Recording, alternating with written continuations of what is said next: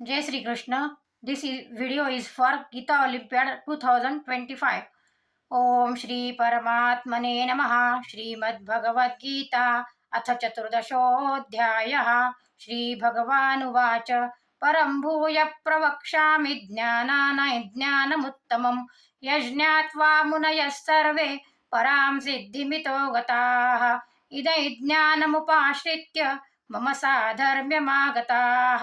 सर्गेऽपि नोपजायन्ते प्रलये न व्यतन्ति च मम योनिर्महद्ब्रह्म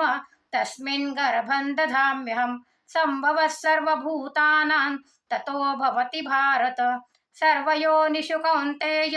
मूर्तयः सम्भवन्ति याः तासां ब्रह्म महद्योनिरहं बीजप्रदः पिता सत्त्वं रजस्तम इति गुणाः प्रकृतिसम्भवाः निबध्नन्ति महाबाहो देहे देहिनमव्ययम् तत्र सत्त्वन्निर्मलत्वात् प्रकाशकमनामयं सुखसङ्गेन बध्नाति ज्ञानसङ्गेन चानघ रजो रागात्मकं विद्धि तृष्णासङ्गसमुद्भवं तन्निबध्नाति कौन्तेय कर्मसङ्गेन देहिनं तमस्त्वज्ञानजं विद्धि मोहनं सर्वदेहिनां प्रमादालस्य निद्राभिस्तन्निबध्नाति भारत सत्त्वं सुखे संजयति रजः कर्मणि भारत ज्ञानमावृत्य तु तमः प्रमादे संजयत्युत रजस्तमश्चाभिभूय सत्त्वं भवति भारत रजः सत्त्वं तमश्चैव तमः सत्त्वं रजस्तथा सर्वद्वारेषु देहेऽस्मिन् प्रकाश उपजायते ज्ञानं यदा तदा विद्यात् विवृद्धं सत्त्वमित्युत लोभप्रवृत्तिरारम्भः कर्मणामशमस्पृहा रजस्येतानि जायन्ते विवृद्धे भरतर्षभ अप्रकाशो प्रवृत्तिश्च प्रमादो मोह एव च तमस्येतानि जायन्ते विवृद्धे कुरु नन्दन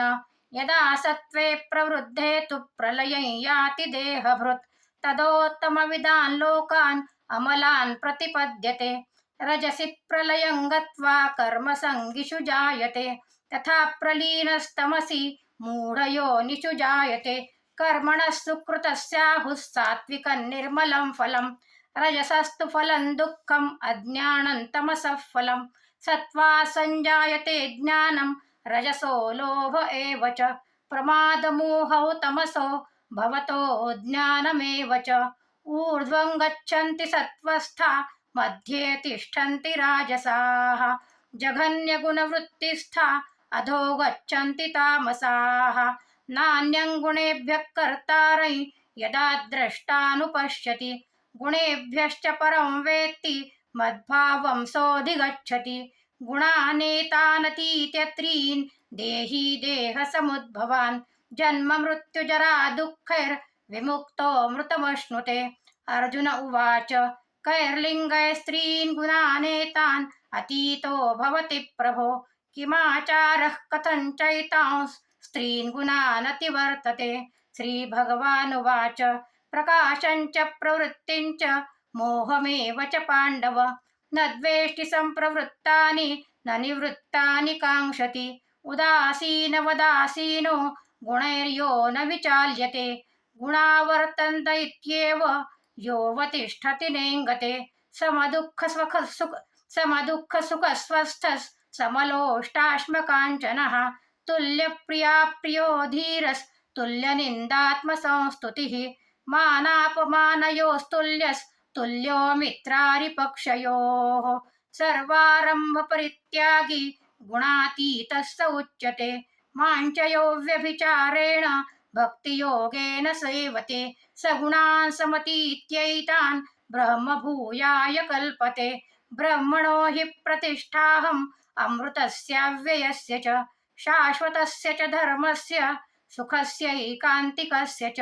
हरि ओं तत्सदिति श्रीमद्भगवद्गीतासु उपनिषत्सु ब्रह्मविद्यायां योगशास्त्रे श्रीकृष्णार्जुनसंवादे गुणत्रयविभागयोगो नाम चतुर्दशोऽध्यायः।